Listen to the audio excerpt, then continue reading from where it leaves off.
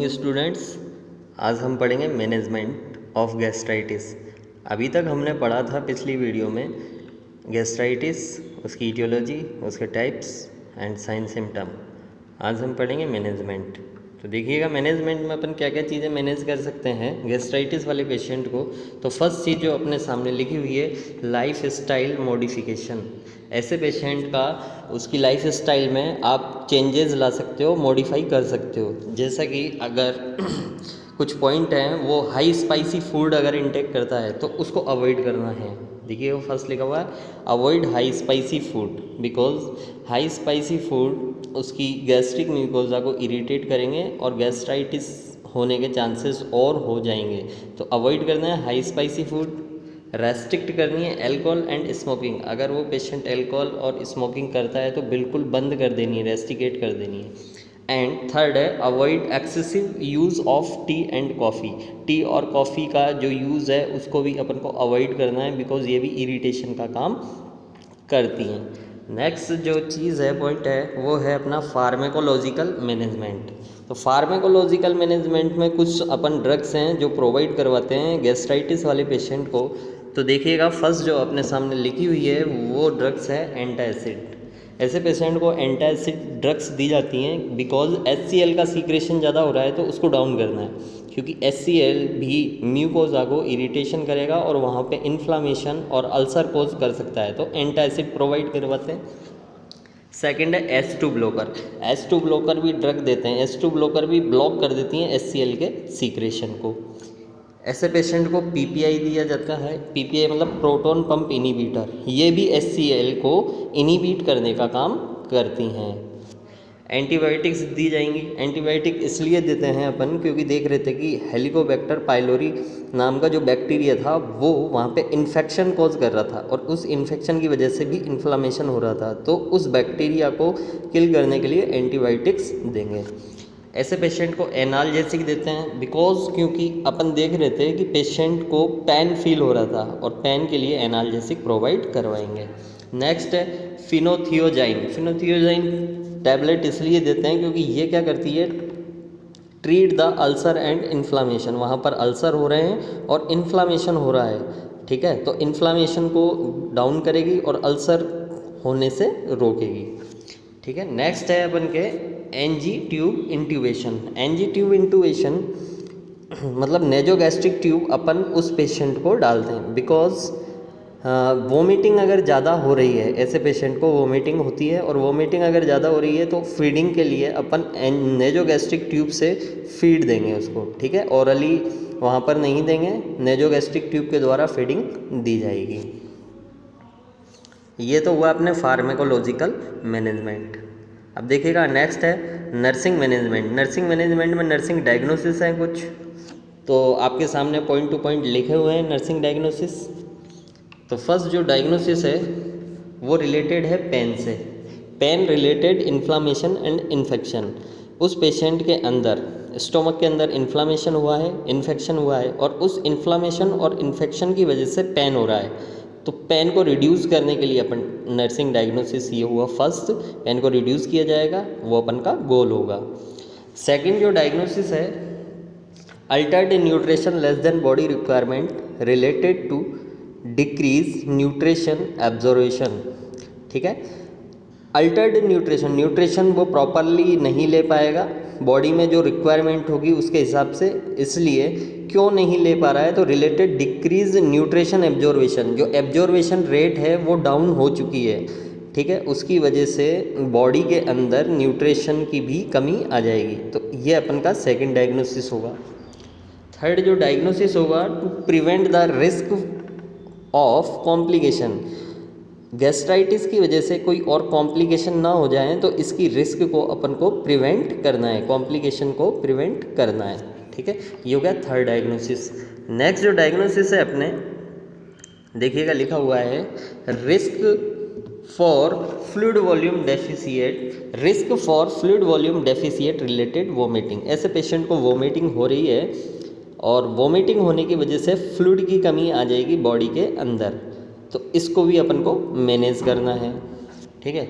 Next जो diagnosis है वो है knowledge deficient related disease condition. उस पेशेंट को डिजीज़ की कंडीशन के बारे में नॉलेज नहीं है तो अपन को नॉलेज प्रोवाइड करवानी है।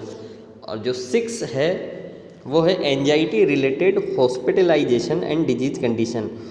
उस पेशेंट को बहुत ज़्यादा एंजाइटी होने लगी है हॉस्पिटल के अंदर रहने से और उस डिजीज़ की कंडीशन से, तो क्योंकि अब अपन को यहाँ पर उसकी एंजाइटी को रिड्यूस करना है और उसके लिए आपको नर्सिंग मैनेजमेंट करना है। ये हुआ अपने का 6 डायग्नोसिस।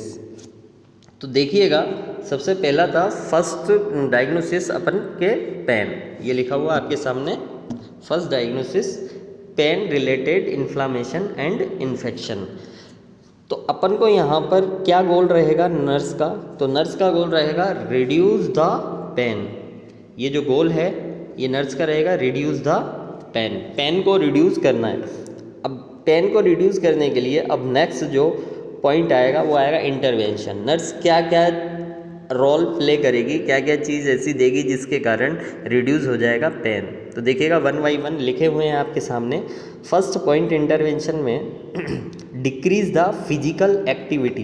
पेशेंट की फिजिकल एक्टिविटी को आपको डिक्रीज़ करना है, बिकॉज वो फिजिकल एक्टिविटी और ज़्यादा करेगा तो उसके कारण इन्फ्लामेशन हो रहा है, तो इन्फ्लामेशन के कारण वहाँ पर पेन होने के और ज़्यादा चांसेज हो जाएंगे। तो डिक्रीज़ करनी है the physical activity. Next point है जो आपके है helping the client achieved rest both physically and mentally. देखिएगा यहाँ पर रेस्ट प्रोवाइड करवाना है, ठीक है, बोथ फिजिकली और मेंटली। फिजिकली और मेंटली दोनों तरीके से क्लाइंट को हेल्प करनी है अपन को कि वो रेस्ट करे, ठीक है। नेक्स्ट जो पॉइंट है अपने हैं arrange the environment to encourage the relaxation.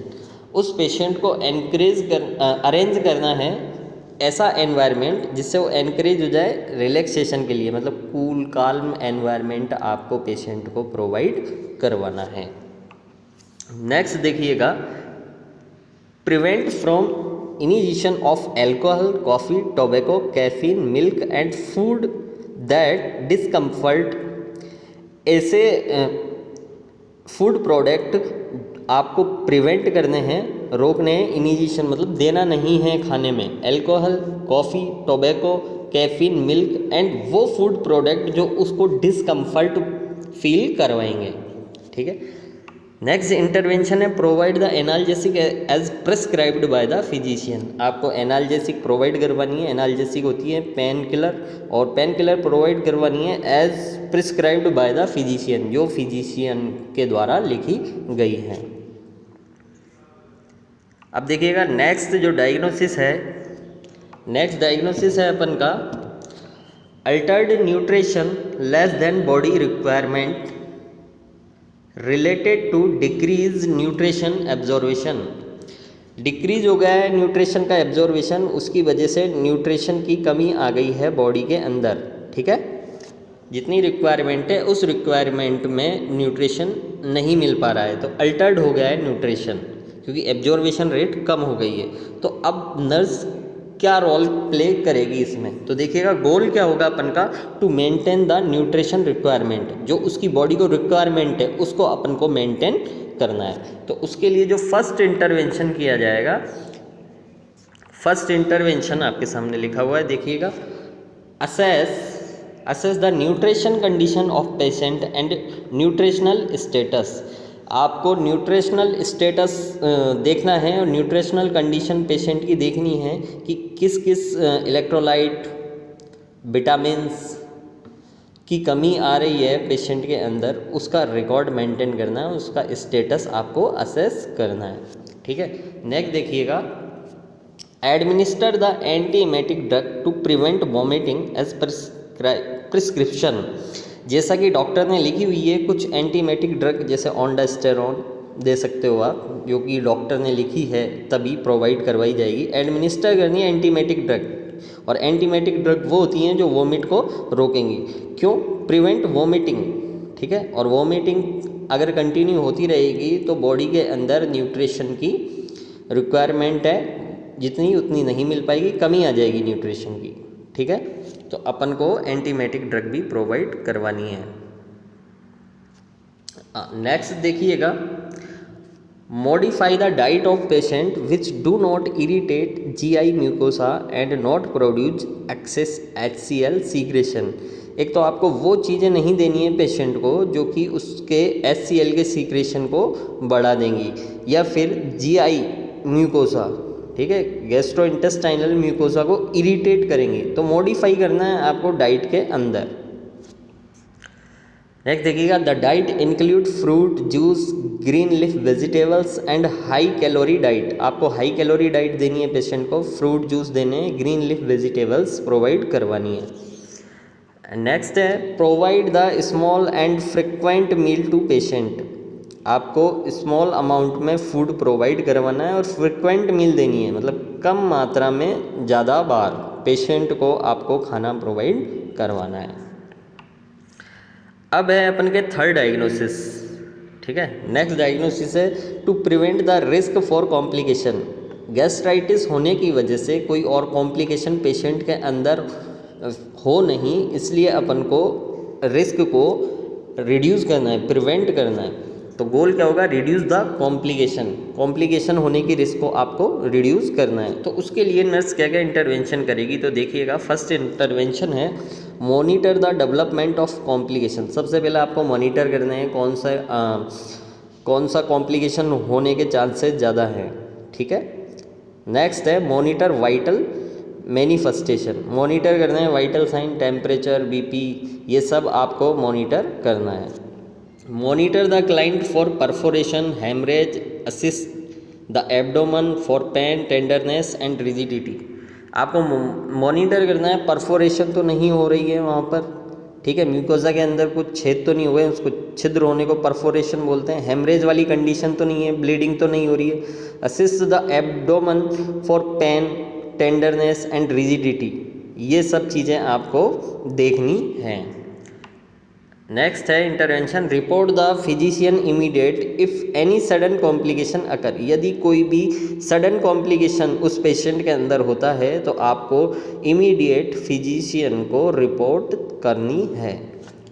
To relieve anxiety. Next है टू रिलीव एंजाइटी। एंजाइटी को साइकोलॉजिकल सपोर्ट प्रोवाइड करवा के उसकी एंजाइटी को रिलीव करना है, ठीक है। अब नेक्स्ट डायग्नोसिस है अपन का, risk for fluid volume deficit related vomiting. अपन देख रहे थे साइन एंड सिम्टम में पेशेंट को वोमिटिंग हो रही थी और वोमिटिंग होने की वजह से फ्लूइड की कमी आ जाएगी बॉडी के अंदर, तो फ्लूइड डेफिशिएट रिलेटेड वोमिटिंग। तो उसके लिए गोल है maintain the fluid volume. Maintain करना है अपन को पेशेंट का फ्लूइड वॉल्यूम। अब फ्लूइड वॉल्यूम मेंटेन करने के लिए नर्स क्या क्या इंटरवेंशन करेगी, तो देखिएगा, फर्स्ट इंटरवेंशन आपके सामने लिखा हुआ है, assess the dehydration in the patient. Assess करना है डिहाइड्रेशन लेवल पेशेंट का, कितना बॉडी के अंदर डिहाइड्रेशन हो रहा है, तो फर्स्ट असेसमेंट होगा। सेकेंड है maintain the IV fluid chart and electrolyte balance. Maintain करना है IV fluid and electrolyte chart, ठीक है। नेक्स्ट है NG tube insert if vomiting is present. आपको NG ट्यूब इंसर्ट करनी है, अगर वोमिटिंग लगातार हो रही है तो आपको NG ट्यूब के द्वारा फीडिंग करवानी है, ऑरली कुछ भी नहीं देना है। नेक्स्ट है maintain the intake and output chart. Maintain करना है आपको इनटेक कितना लिया है उसने फुल डे में और कितना आउट करा है, ठीक है। तो ये आउटपुट और इनटेक दोनों मेंटेन करने हैं, ये चार्ट मेंटेन करना होता है नर्स को। अब नेक्स्ट डायग्नोसिस है वो है knowledge deficient related disease condition and 6 है anxiety related hospitalisation and disease condition. ये जैसा कि हर मोस्टली डिजीज़ में नर्सिंग डायग्नोसिस देखने को मिल जाएगा, knowledge deficient related disease condition. कोई भी डिजीज़ अगर होती है तो उसके बारे में पेशेंट को पता नहीं होता है, तो नर्स को नॉलेज प्रोवाइड करवानी होती है। मोस्टली डिजीज़ में आप ये इंटरवेंशन डायग्नोसिस लिख सकते हो, इसके इंटरवेंशन लिख सकते हो। और ये भी मोस्टली डिजीज़ में देखा जाता है anxiety related hospitalisation and disease condition. अगर हॉस्पिटल में पेशेंट आता है किसी भी डिजीज़ से वो सफ़र कर रहा है तो उससे उसको एंजाइटी हो सकती है, तो उस एंजाइटी को नर्स कैसे रिलीव करेगी। तो ये जो दोनों डायग्नोसिस हैं ये मोस्टली हर डिजीज़ में आप कर सकते हो और आप इसके इंटरवेंशन खुद भी लिख सकते हो। तो ओके, तो ये हुआ अपने gastritis complete. Thank you so much.